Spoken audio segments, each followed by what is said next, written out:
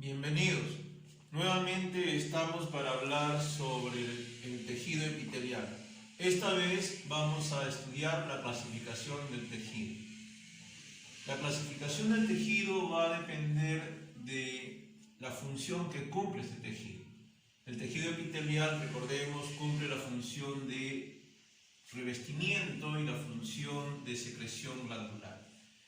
De acuerdo a esta clasificación, el tejido epitelial puede ser el tejido epitelio de cubierta o de revestimiento o el tejido epitelio glandular. Veamos por este lado primero.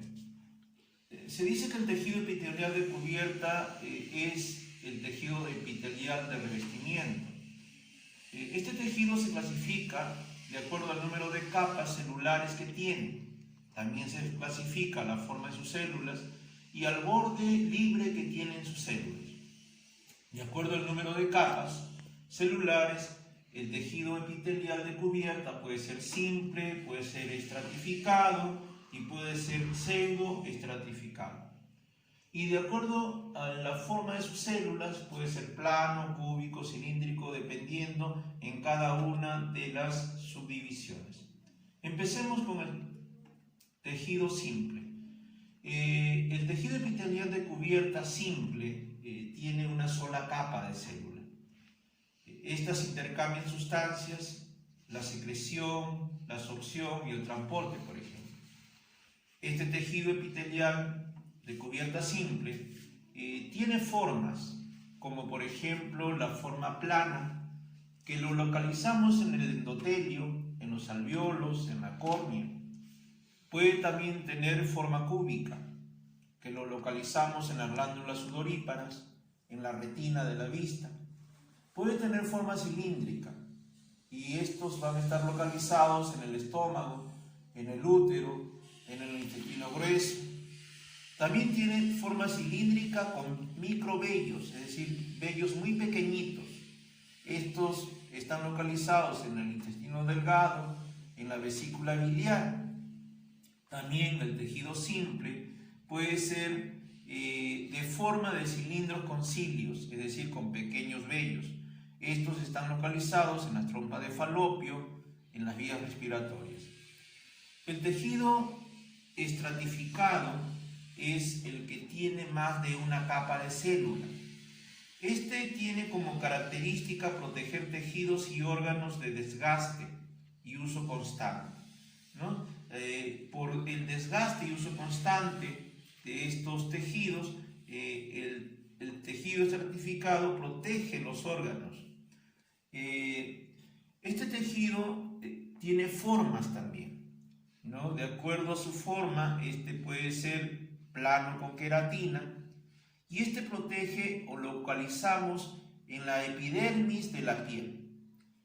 Puede ser plano sin queratina y esto lo localizamos en la mucosa de la boca, en la lengua, en la vagina en las mujeres. Puede ser también de forma cúbica como el simple, y esto los encontramos generalmente en el embrión, en el exófago fetal. Puede ser cilíndrico, lo encontramos en el conjuntivo ocular, ¿no? En la vista. Puede ser también un tejido de transición, lo encontramos en el revestimiento interno de la vejiga. Este tejido epitelial de cubierta, que su función es cubrir tanto el espacio externo como interno de nuestro cuerpo, también puede ser de cubierta pseudoestratificada, es decir, este tiene una sola capa de célula, parecido al simple, pero estos son de tamaños diferentes y de núcleos diferentes también. Este tejido puede ser cilíndrico ciliado, es decir, tiene cilios, y esto lo encontramos generalmente en el revestimiento de las fosas nasales, en las tráqueas, en los bronquios, esos vellitos pequeños que tenemos en las fosas nasales son los llamados cilios. También podría ser un cilíndrico no ciliado, y esto los encontramos o lo localizamos en la vesícula seminal, en el conducto deferente de los órganos que tenemos en nuestro cuerpo. Entonces, de acuerdo a la clasificación del tejido de cubierta, tenemos el simple, el estratificado y el pseudoestratificado de acuerdo al número de capas que tiene. Y de acuerdo a la forma de sus células o su borde libre de la célula, ya hemos visto, puede ser plano, cúbico, cilíndrico,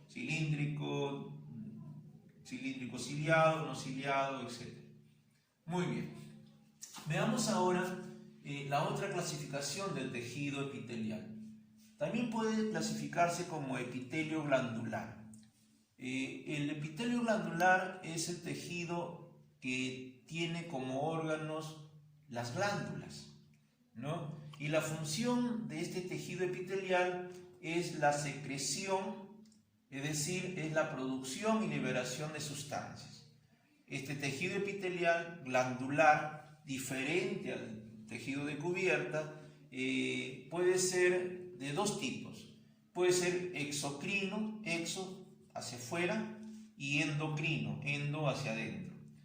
El tejido exocrino tiene un conducto excretor por donde libera su producto al exterior a una cavidad o a un tubo. Por eso se llama exocrino. Su producto que libera va a pasar por un conducto excretor y lo va a liberar a una parte externa, que puede ser una cavidad o un tubo.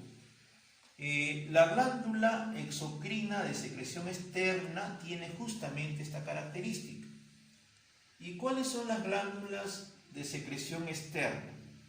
Son muchas, pero acá he puesto algunos ejemplos. Glándulas de secreción externa que tienen como función liberar productos al exterior. Tenemos, por ejemplo, las glándulas sudoríparas. Estas glándulas lo que hacen es liberar sudor de nuestro cuerpo. Las glándulas lagrimales. Las glándulas lagrimales lo que hacen es liberar lágrimas de nuestras vistas, de nuestros ojos. Las glándulas sebáceas permiten que se libere el sebo que se forma en nuestro cuerpo. Las glándulas gástricas produce y libera el jugo gástrico.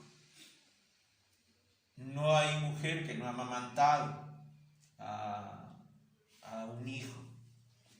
Y esa se debe a unas glándulas que específicamente en las mujeres se da, son las glándulas mamarias. Estas producen y liberan leche, que son las que nos amamantan cuando somos todavía muy niños. Tenemos también las glándulas salivales. Estas glándulas lo que hacen es producir y nos permiten liberar la saliva de nuestra boca, ¿no? En nuestro cuerpo. Por último tenemos dentro de las glándulas de secreción externas las glándulas llamadas de páncreas exocrino. Estas glándulas lo que hacen es producir las enzimas digestivas. ¿Qué cosas son las enzimas digestivas? Son sustancias que permiten que se desarrolle dentro de nuestro proceso de la digestión la reacción llamada reacción de metabolismo.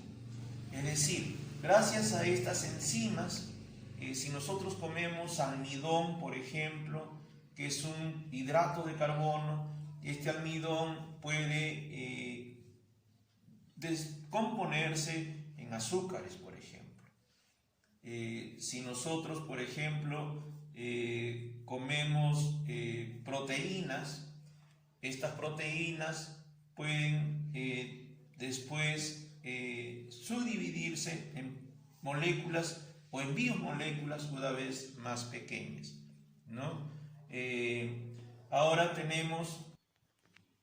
veremos también ahora entonces las glándulas de secreción endocrino, que son las glándulas de secreción internas. ¿no? Estas glándulas de secreción interna tienen como característica que no tienen un conducto excretor como lo tiene las glándulas exocrinas. Y entonces el producto que libera se vierte directamente a la sangre, es decir, no hay un por dónde pasar, ¿no? Ahora, el producto que libera una glándula endocrina se llama hormona. Entonces aquí es donde se forman las hormonas. Dentro de las glándulas de secreción internas tenemos algunas importantes, si no todas, ¿no? Por ejemplo, tenemos la hipófisis.